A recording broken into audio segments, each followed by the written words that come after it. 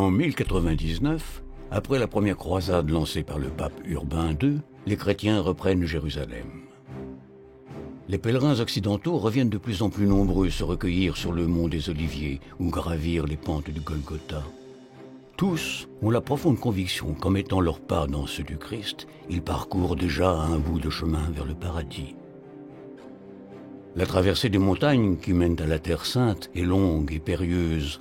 Les pèlerins sont des centaines de familles de chrétiens sans défense qui marchent vers le Saint-Sépulcre. Ils sont sans cesse attaqués par des pillards qui n'hésitent pas à tuer les hommes et emmener femmes et enfants pour les vendre comme esclaves. Les rumeurs d'insécurité des routes de pèlerinage parviennent en Occident. En 1114, Hugues de Pins, un chevalier champenois, décide de partir pour Jérusalem avec 8 compagnons.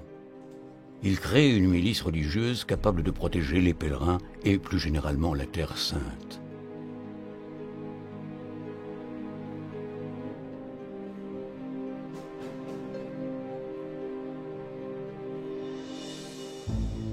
Cette poignée d'hommes, qui se fait appeler les pauvres chevaliers du Christ, sont rattachés aux chanoines du Saint-Sépulcre qui leur offrent les restes de leur repas en échange de leur protection.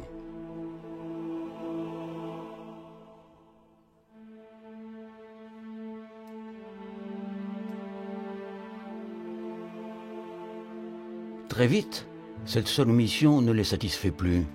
Ces chevaliers de Dieu partent escorter et protéger les pèlerins dans les passages les plus périlleux, notamment dans la traversée des montagnes de Judée, où les attaques sont les plus fréquentes.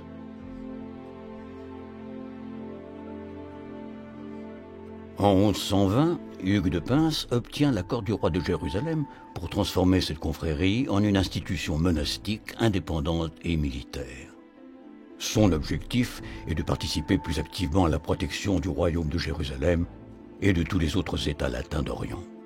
Un an après leur arrivée en Terre Sainte, le roi Baudouin II lègue le temple de Salomon aux pauvres chevaliers du Christ.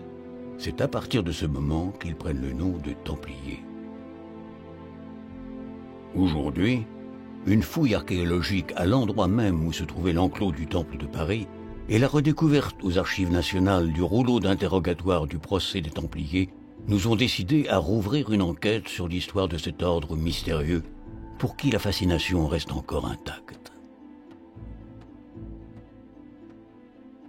7 siècles après leur fin brutale en 1307, en plein cœur de Paris, la rue du Temple ou encore la rue des Blancs-Manteaux évoquent la présence des Templiers. Sous la halle du marché du Temple, des vestiges archéologiques directement liés à la commanderie templière de Paris ont été découverts. D'étranges chevaliers s'affairent à démonter la structure métallique. Les travaux de réhabilitation de la halle ont commencé. Une fenêtre de 4000 m² va être ouverte sur l'histoire de la maison mère des Templiers de France construite en 1152. Pendant un an, une fouille archéologique unique va se dérouler en même temps que l'avancement des travaux. Les archéologues du bureau d'études EVA vont devoir travailler sous la pression permanente des engins de chantier. Jusqu'à présent enfouis dans les sous-sols de la halle, les vestiges des bâtiments de l'enclos du Temple de Paris vont être étudiés avant d'être détruits à jamais. Les objets que les archéologues mettront au jour durant cette fouille seront les seuls que les générations futures posséderont des Templiers parisiens.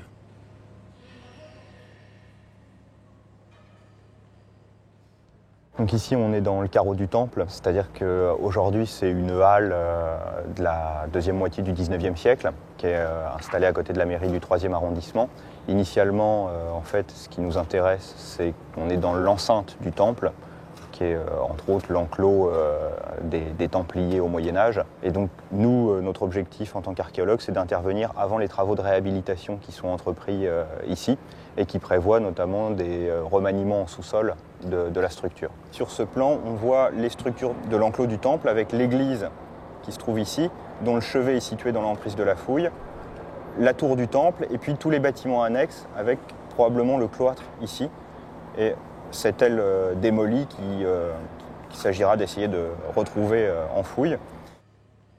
Quand on a commencé l'intervention archéologique, donc on était vraiment dans la halle finalement, et puis progressivement on est descendu dans les niveaux archéologiques et finalement on a remonté le temps.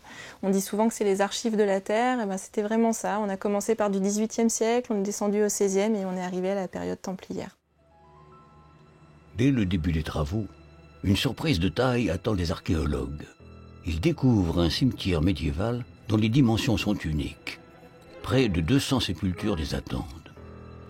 Les premières études montrent que ce cimetière est directement lié à la commanderie templière et que les sépultures sont organisées par rapport au cloître et à l'abside de l'église Sainte-Marie du Temple. Les archéologues ne vont néanmoins pouvoir fouiller que la partie qui leur est accessible, la frange orientale. Le reste du cimetière, se poursuivant jusque dans l'abside de l'église, gardera ses secrets. L'ordre du Temple offre un cadre spirituel. Il trouve de très nombreuses recrues dans la petite et la moyenne noblesse. Ces nobles sont souvent chevaliers et savent combattre. Ces nouveaux frères du Temple partent rapidement sur les routes de Jérusalem dans des combats sacrés, les croisades. Les Templiers ne sont pas que des moines chevaliers. Ils sont aussi engagés par les nobles pour protéger leurs biens. Ils gardent l'argent et les joyaux qui leur sont confiés dans des coffres. Ils convoient aussi ces biens protégés par leurs soldats. Conscients du danger de ces déplacements, ils utilisent une méthode de transfert d'argent basée sur le contrat de change, qui permet de déposer ou retirer des sommes d'argent contre une lettre certifiée par le Temple. Cette spécialité va très vite leur permettre d'accroître leur influence dans le domaine financier. Ils obtiennent la confiance d'un grand nombre de rois et de nobles qui leur confient leurs trésors protégés dans les forteresses templières. Les Templiers tirent aussi leur force d'un réseau de commanderies qui s'étend à travers tout l'Occident. Ces exploitations rurales produisent les denrées dont ont besoin les forteresses de Terre Sainte. Les revenus engrangés grâce aux activités financières, agricoles et mobilières permettent de financer 2 siècles de croisades. En Occident, on ne combat pas. Les maisons templières d'Occident ne sont pas des châteaux. Il n'y a pas de défense des chemins, de défense des carrefours, comme on l'a quelquefois imaginé. Non, ils sont paysans, fermiers, seigneurs, possesseurs de domaines, exploitants de domaines agricoles la plupart du temps, ou gérants d'activités commerciales ou artisanales dans les villes, etc. Dans cette maison du Temple, vous avez donc les bâtiments d'exploitation agricole, le logis du commandeur et des frères, une chapelle, et puis une cour. Quelquefois, il y a un étang, quelquefois, il y a un moulin. Bref, tout ce qu'il faut pour gérer un domaine agricole conséquent. La maison comme cadre de vie de la petite communauté templière et comme centre d'exploitation des domaines, notamment des domaines ruraux, et la commanderie, unité administrative de base, l'unité au-dessus étant la province, et enfin le gouvernement central. Il y a les 3 niveaux.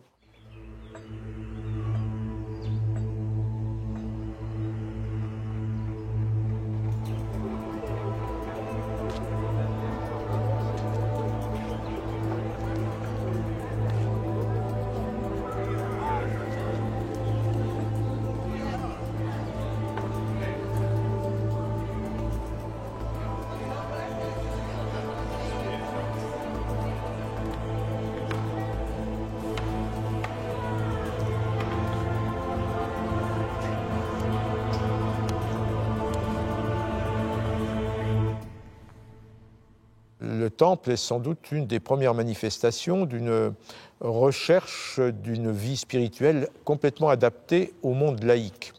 La règle fixe le cadre de cette vie spirituelle et les obligations, les contraintes de la vie dans la commanderie, dans la maison, et la recherche du salut. Celui qui rentre au Temple entre pour faire son salut. Construite en 1176, l'église templière de la commanderie d'Arville est l'une des plus anciennes de France. Parfaitement restaurée, elle offre un témoignage rare de la richesse de l'architecture templière. Sa charpente en forme de bateau retourné est un symbole des nombreux voyages entre l'Occident et l'Orient. Les frères templiers y avaient un accès direct depuis leur logis afin de venir s'y recueillir en dehors des messes. Les croix templières et les icônes qui ornent cette église depuis le Moyen-Âge sont autant de témoignages qui nous rapprochent de la vie quotidienne des Templiers.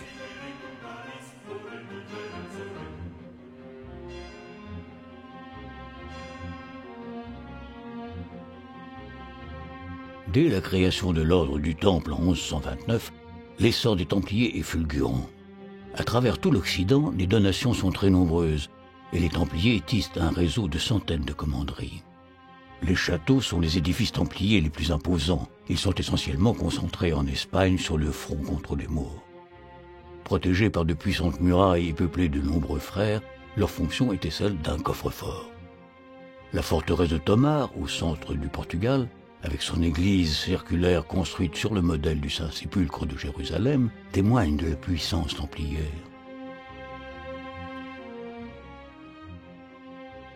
À Paris, c'est dans l'enclos du Temple que le roi de France conserve le trésor du royaume. Le roi d'Angleterre abrite son trésor à New Temple, à Londres. La couronne et les archives du roi d'Aragon sont gardées dans la forteresse templière de Monzon. Les Templiers s'installent aussi dans les ports. Les échanges maritimes avec la Terre Sainte sont essentiels. Les cales des bateaux sont remplies des biens et des productions venant directement des commanderies.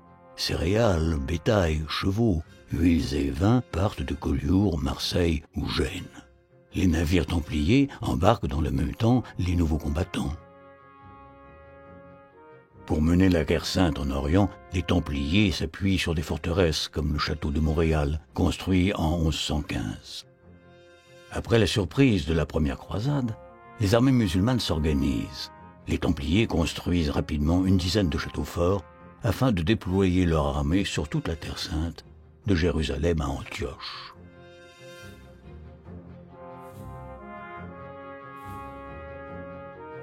Les combats contre les Ayyoubides d'abord, puis les Mamelouks, ne sont pas permanents.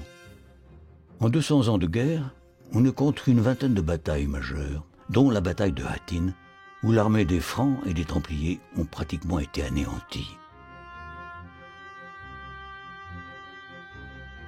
Le reste du temps, ce sont des échauffourées et des combats entrecoupés de trêves qui maintiennent la tension permanente entre les États francs et les États musulmans.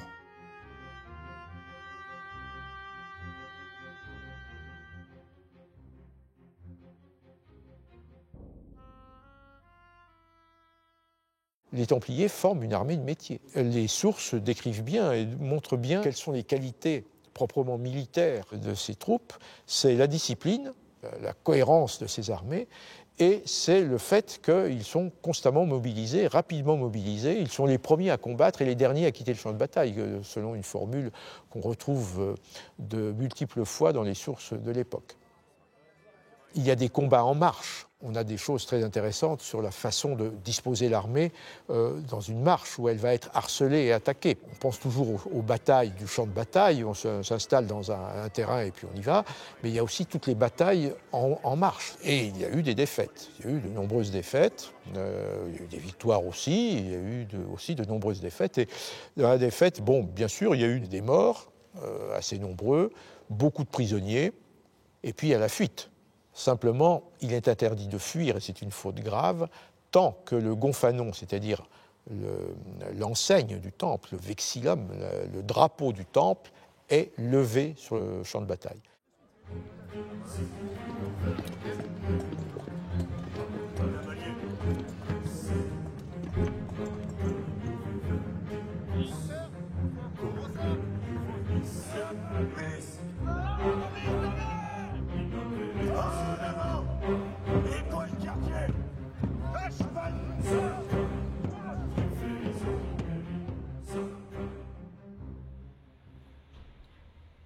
À Paris, les Archives nationales conservent précieusement la plus importante collection de documents ayant appartenu aux chevaliers du Temple.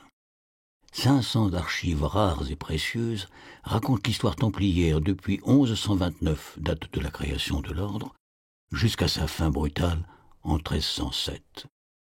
Certaines archives uniques nécessitent une attention particulière afin de les préserver dans les meilleures conditions possibles.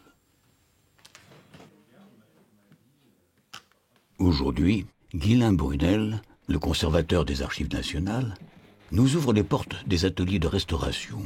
Certaines de ces pièces exceptionnelles vont apporter à notre enquête de précieux indices qui permettront de mieux comprendre le rôle des Templiers pendant les 2 siècles durant lesquels leur puissance était sans égale.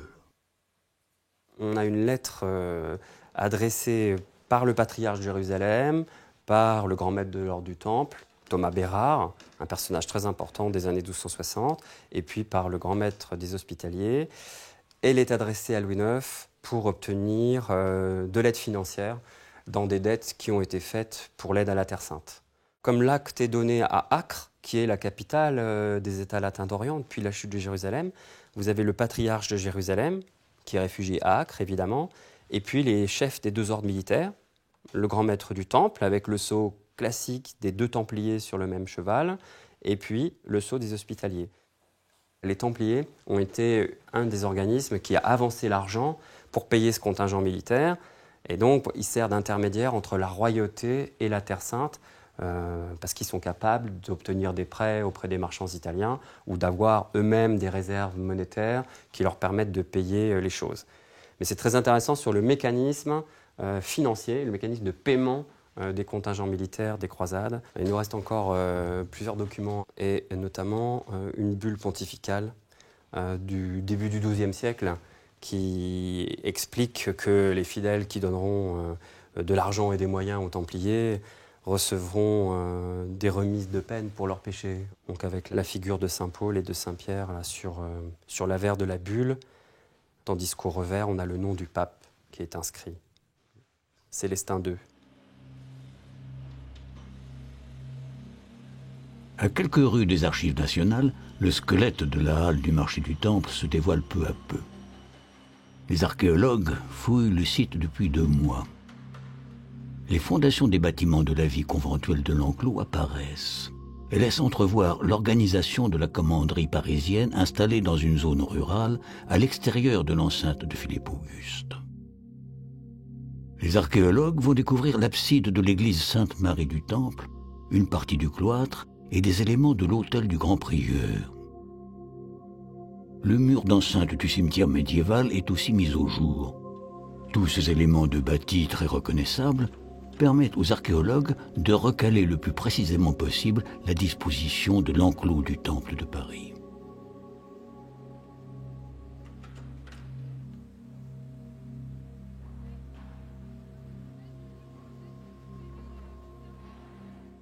Le carreau du Temple a été divisé en 3 zones, notre intervention aussi, pour pouvoir laisser la coactivité se dérouler correctement. Et sur cette zone, donc, nous sommes tombés sur la rotonde, donc nous connaissions l'existence. Donc là, ce que vous voyez, c'est les fondations de cette rotonde. Dès le XIIe siècle, en fait, cette zone est donnée aux Templiers par le roi. Ils assainissent la zone avec notamment des fossés de drainage, donc qu'on a retrouvé ici en partie. Dès le XIIe siècle, l'enclos du Temple de Paris est un endroit libre de taxes. Très vite, de nombreux commerçants viennent s'y installer. Cette rotonde est construite pour accueillir les boutiques de façon plus saine.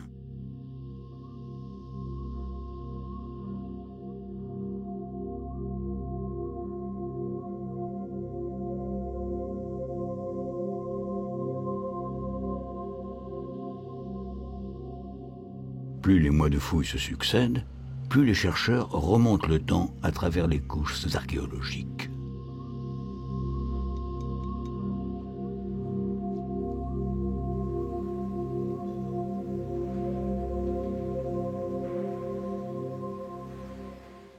On a trouvé quelque chose de très sympathique qui est un système hydraulique, donc avec un réseau sous pression, d'eau sous pression et de distribution de l'eau à l'intérieur de l'enclos. On avait l'installation du système qui était connue par les textes, mais aucun vestige n'avait jamais été retrouvé. Donc c'est une première. Les ecclésiastiques de l'époque avaient accès à l'eau courante, ce qui est vraiment quelque chose de très très rare à cette époque-là. Et d'autre part, on pense aussi, mais pour l'instant c'est juste une hypothèse de travail, mais aussi que les Templiers apportaient de l'eau aussi aux Parisiens, puisque dans la topographie on retrouve une ancienne rue juste à côté, la rue de la Fontaine au Roi, et il est mentionné que ce sont les Templiers qui apportent l'eau courante, qui alimentent en eau les fontaines pour les habitants du quartier. L'apport de l'eau courante, nous on ne s'en rend pas compte, mais c'est quelque chose qui est assez dur une bonne eau propre comme ça, c'est quelque chose qui est assez dur à avoir. au Moyen-Âge en tout cas. La présence de 6 puits creusés après l'occupation templière étonne les archéologues.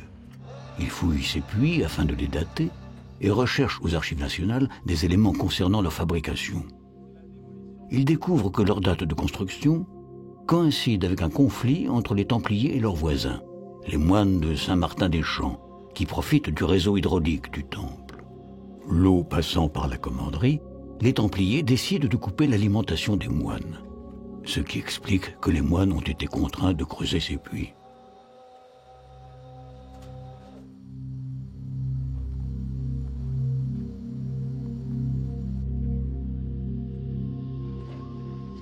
Semaine après semaine, les équipes d'archéologues se succèdent et découvrent au fur et à mesure de nouvelles structures.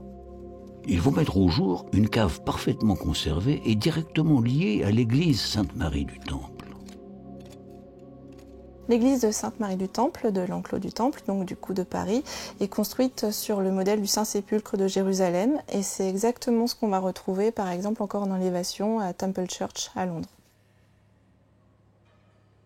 Temple Church est la plus célèbre des églises templières en Angleterre, même si on trouve encore de nombreuses églises templières. Du fait qu'elles soient encore aujourd'hui utilisées tous les dimanches, on en oublie qu'elle appartenait autrefois aux Templiers. Les Templiers construisaient des églises sur le modèle du Saint-Sépulcre de Jérusalem pour que les croyants de l'Ouest se rappellent ce qu'ils faisaient à l'Est pour défendre les chrétiens. Les pèlerins qui voyageaient à Jérusalem y allaient pour visiter le Saint-Sépulcre, la tombe vide où le corps du Christ n'était pas là le matin de Pâques, le jour de sa résurrection. C'était un symbole évident pour promouvoir l'ordre. Voilà ce que nous faisons. Nous nous occupons des pèlerins et nous défendons le Saint-Sépulcre.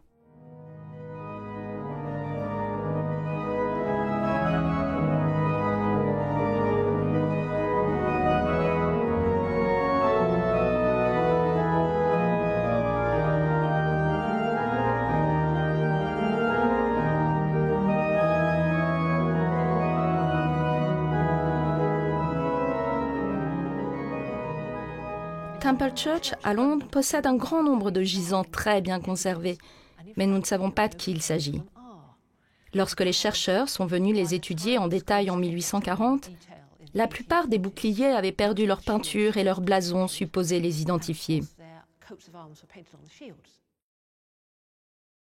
Dans les années 1840, les historiens et les antiquaires se sont penchés sur les gisants afin de connaître leurs identités. Nous avons des écrits qui racontent qui étaient ces nobles influents du XIIIe siècle qui ont été inhumés là.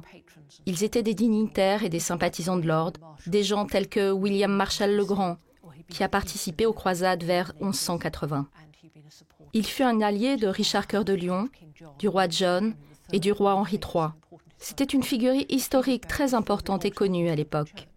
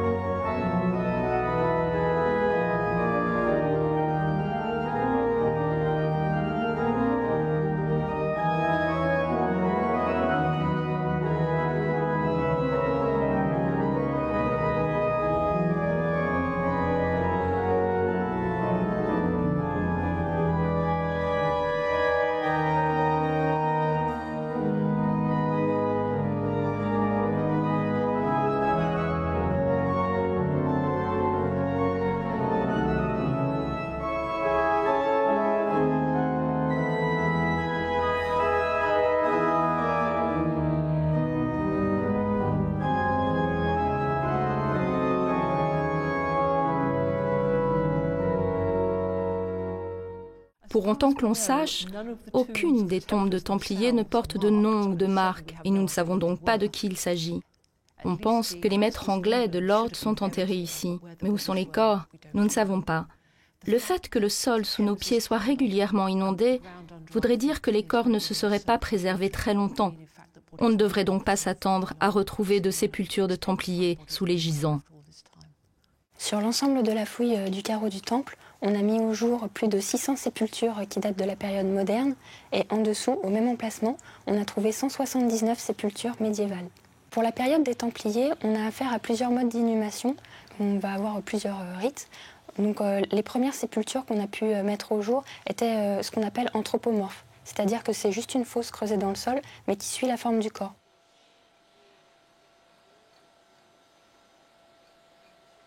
« 90% des individus étaient de sexe masculin, ce qui est cohérent avec le recrutement qu'on va avoir pour une communauté religieuse constituée d'hommes, tels que des moines templiers. Donc on est quasiment certain d'être face aux moines de la commanderie du Temple.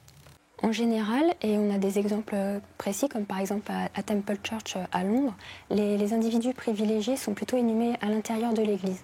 Tandis que nous, à la fouille, on a eu l'opportunité de fouiller le cimetière à l'extérieur de l'église de Sainte-Marie du Temple. Donc on a eu accès à la population vivant dans l'enclos, mais pas forcément les personnes les plus privilégiées.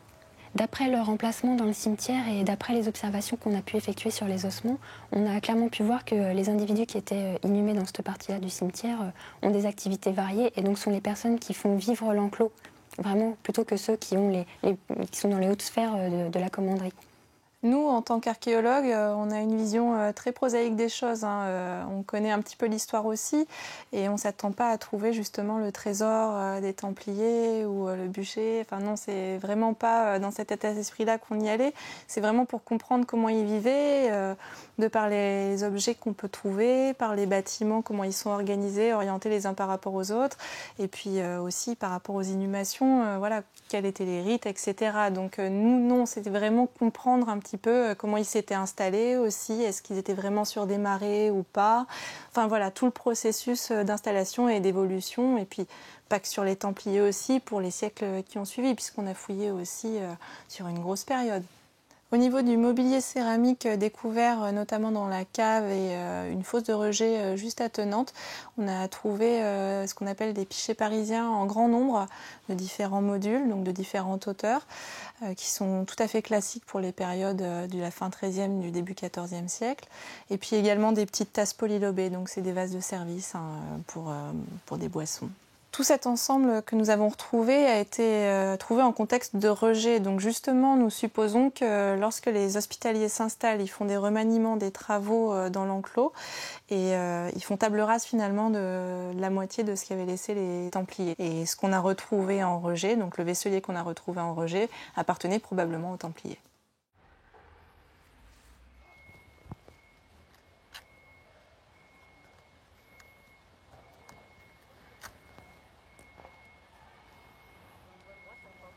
C'est pas mal. Voilà 6 mois que la fouille a débuté. La découverte d'une grande quantité d'objets de la vie courante ayant appartenu aux Templiers est exceptionnelle. Ces témoignages, datant du XIIIe et du XIVe siècle, sont dans un état de conservation remarquable. Ils renseignent les archéologues sur les méthodes de fabrication céramique de l'époque, mais aussi sur les tendances liées à l'art de la table dans la commanderie parisienne.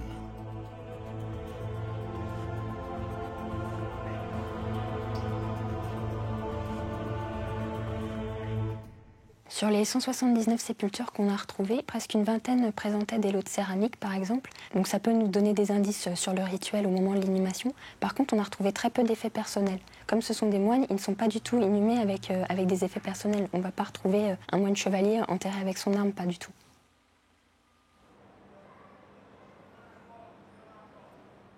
Au niveau du mode d'inhumation, on va avoir différents indices.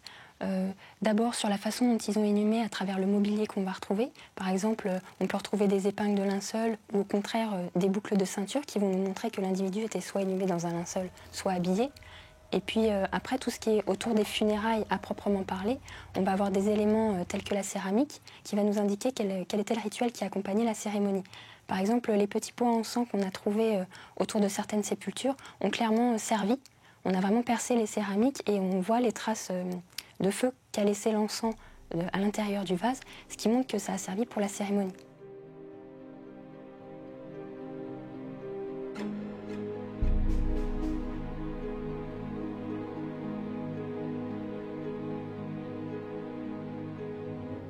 Sur la fouille, l'étude du cimetière se poursuit.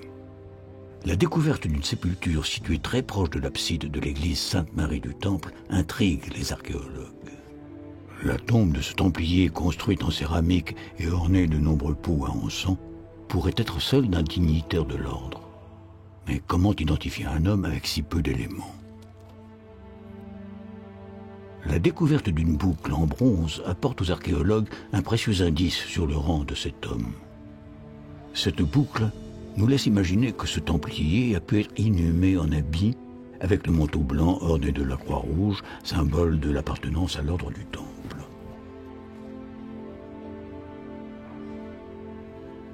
La proximité de cette sépulture avec l'abside de l'église parisienne nous ramène à Londres.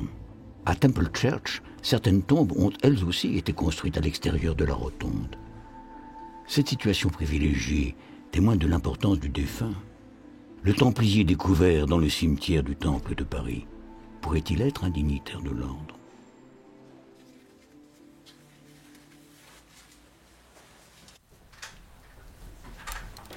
Marion, regarde, je te montre rapidement. Donc ça, c'est la sépulture qu'on a retrouvée en terrain. Et tu vois, la petite boucle était donc là au niveau du bassin. Et ça vaut vraiment le coup de la restaurer parce qu'en plus, elle est placée quand même assez proche de l'abside. Donc, quand on reprend le plan, voilà, tu vois, elle est exactement ici. Dès les premiers coups de scalpel, Marion Bernard, qui restaure la boucle, fait apparaître le métal protégé par une gangue de corrosion. Le produit qu'elle applique dévoile que la boucle n'est pas seulement en bronze, mais que le bronze est doré. La datation apportera confirmation que l'homme qui la portait vivait dans l'enclos à une période charnière entre le XIIIe et le XIVe siècle. Après plusieurs heures d'un minutieux travail, la boucle laisse apparaître des détails qui montrent le prestige de l'objet.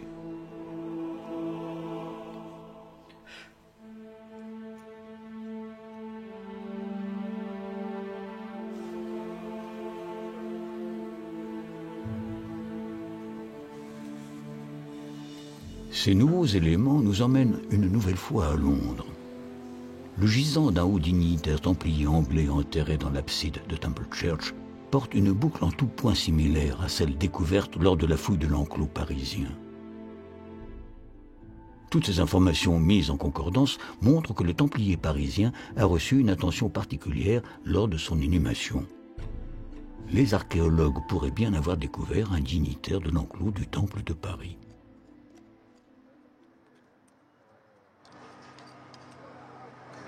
On arrive à la limite en fait du cimetière, on est vraiment à l'extrémité est.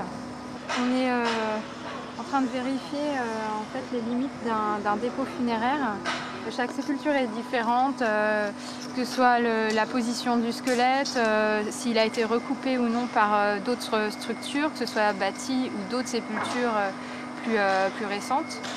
On recherche s'il y a un cercueil dans la fosse ou non, s'il y a des traces de contraintes, d'un linceul. Enfin, il y a, pour toutes les périodes, depuis les temps modernes jusqu'aux périodes médiévales, il y a un questionnement et des attentes différentes. Donc franchement, c'est pas du tout monotone, bien au contraire. Ce cimetière médiéval étudié en plein cœur de Paris et le sauvetage de toutes les sépultures et les objets des Templiers montrent l'importance du travail des archéologues. Ces témoignages sur les modes d'inhumation templiers sont uniques. Ils apportent de nouvelles informations pour la compréhension de l'histoire de l'ordre. Aujourd'hui, Guylain Brunel se rend sur la fouille du carreau du Temple. Les archéologues fouillent depuis maintenant 10 mois. Merci beaucoup.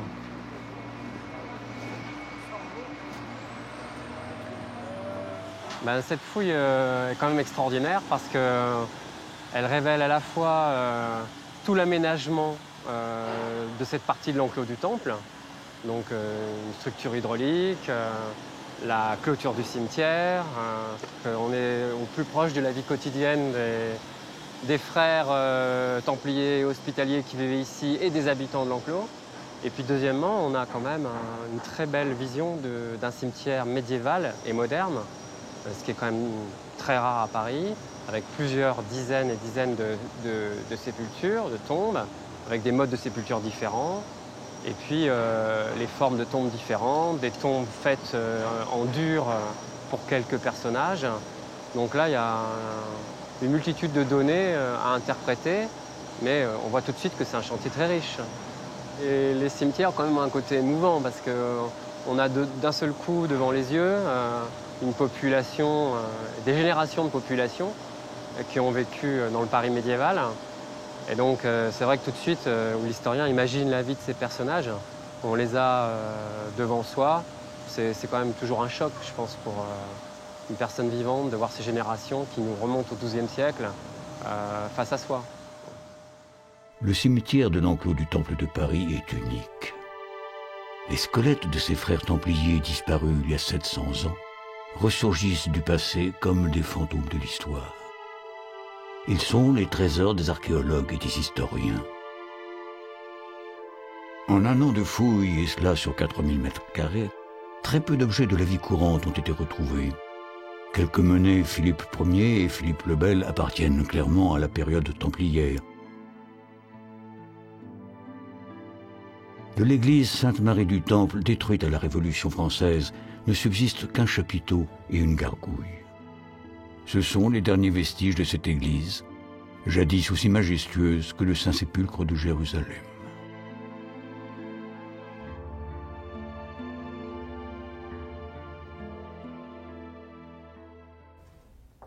Depuis bientôt 2 ans, Élodie Vermut, l'anthropologue de la fouille du carreau du Temple, étudie le squelette de tous les Templiers découverts sur le terrain.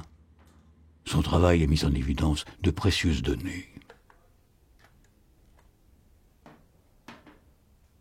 La population du cimetière templier du carreau du Temple est un cas d'école et vraiment l'illustration d'un cimetière ecclésial, puisqu'on a affaire à un recrutement préférentiel d'hommes de tous âges. On a des individus jeunes, matures, âgés, donc il n'y a pas de préférence. On a constaté qu'ils vivaient plutôt dans un cadre de vie favorable, puisqu'ils ne présentent aucune séquelle ou aucun traumatisme dû à une vie plutôt rude. Par contre, on a noté qu'ils pratiquaient des activités diversifiées. Donc ce sont des gens plutôt polyvalents.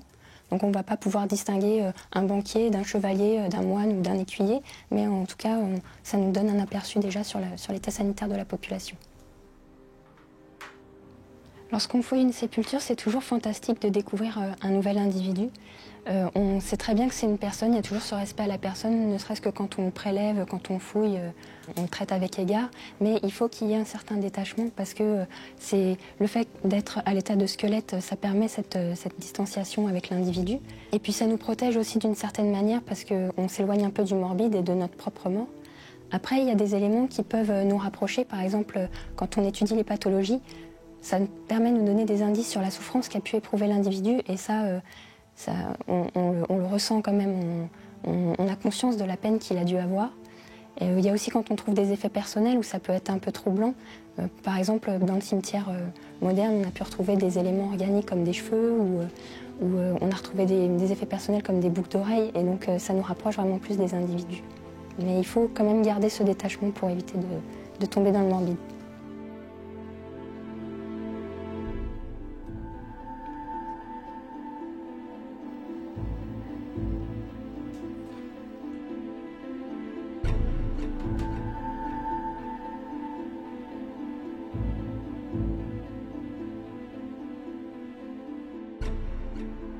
Pendant 2 siècles, les Templiers ont acquis puissance et richesse à travers tout l'Orient et l'Occident.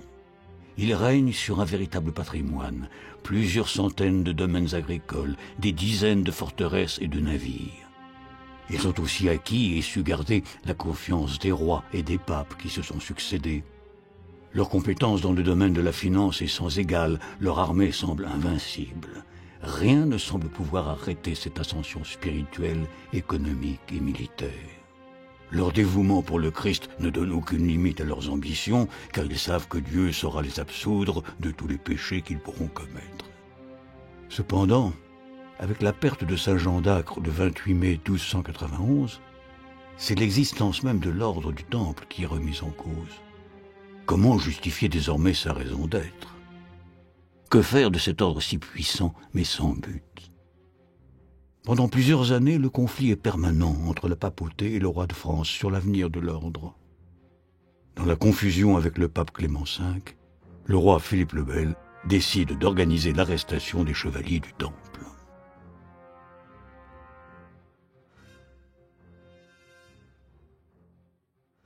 L'arrestation des Templiers par Philippe le Bel est une affaire qui a mis du temps à se mettre en route. En fait, pendant plusieurs mois, l'équipe gouvernementale avait enquêté sur les Templiers parce qu'il y avait des rumeurs qui couraient sur eux. Des renégats, des gens qui étaient sortis du temple, faisaient courir des rumeurs sur des rites secrets, sur des inconvenances, sur des accumulations de richesses, sur le fait qu'ils ne pratiquaient pas la pauvreté comme c'était la coutume pour des moines. Et donc ces accusations, Nogaret a mis des espions à l'intérieur de l'ordre pour trouver des accusations en bonne et due forme. Les Templiers sont arrêtés sur ordre de Philippe le Bel, en vertu d'un ordre signé en septembre 1307 à l'abbaye de Maubuisson.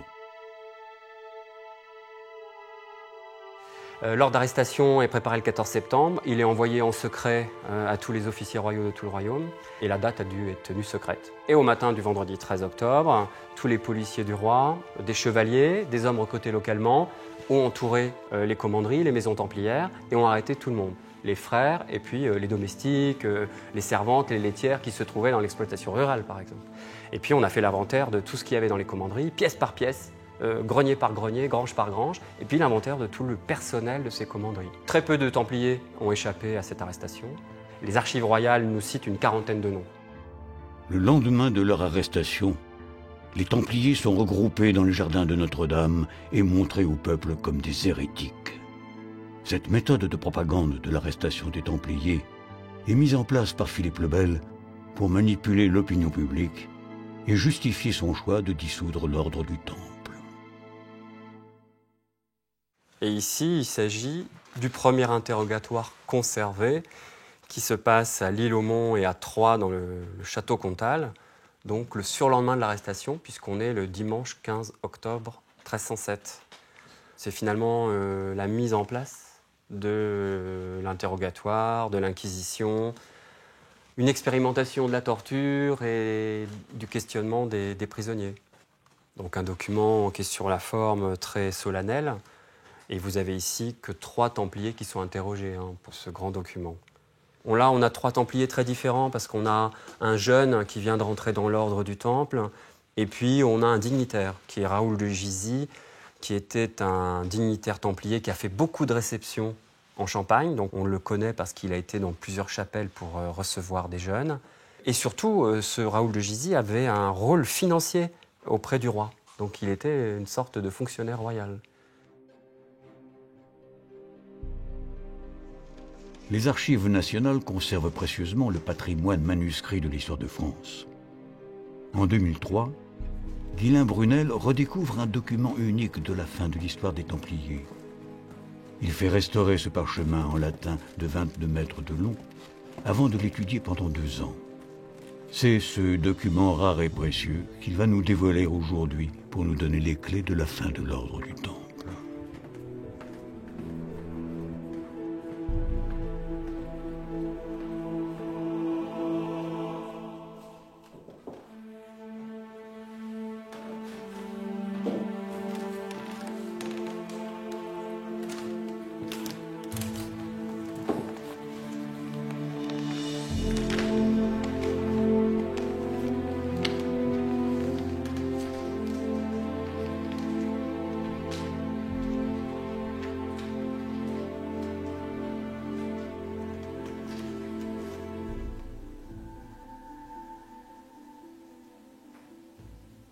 Alors ce que je viens de dérouler, c'est le procès-verbal de l'interrogatoire des Templiers emprisonnés à Paris et qui ont été interrogés par la police royale et l'Inquisition à partir du 19 octobre 1307, donc 6 jours après l'arrestation.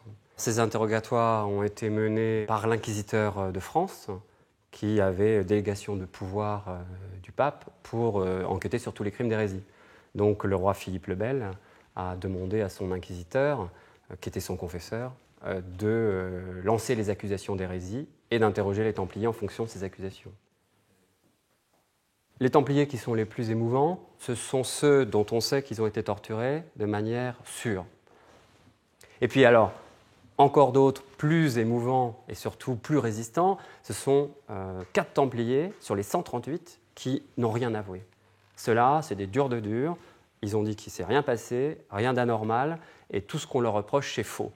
Et on en retrouve d'ailleurs 2, toujours en prison 3 ans plus tard, c'est-à-dire qu'en fait, ils n'ont jamais avoué.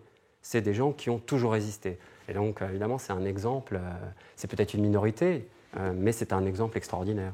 Ces Templiers ont été arrêtés à la suite de plusieurs chefs d'accusation, notamment sur les modes de réception des jeunes frères dans l'ordre, ce qui est le fondamental.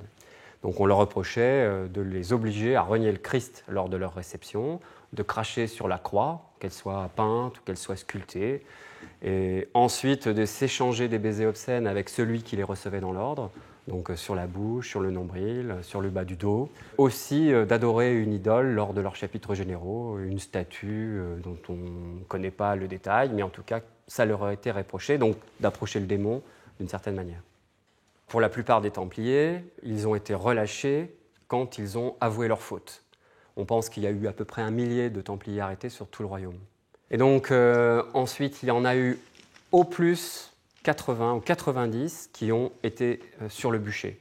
C'est ceux qu'on a condamnés comme relapses parce qu'ils avaient d'abord avoué leur faute et ensuite ils sont revenus sur leurs aveux. Et donc il y a eu un gros bûcher en mai 1310 de 54 Templiers avec quelques autres bûchers en province, mais d'avérés, ces 80 Templiers montés sur le bûcher, dont à l'extrême fin Jacques de Molay en 1314. Ceux qui n'avaient jamais avoué leur faute, donc étaient considérés comme des irréductibles, alors ils n'ont pas été absous par l'Église, ils n'ont pas reçu la mansuétude du roi et ils ont été emprisonnés à vie, ce que l'Inquisition appelle le mur perpétuel.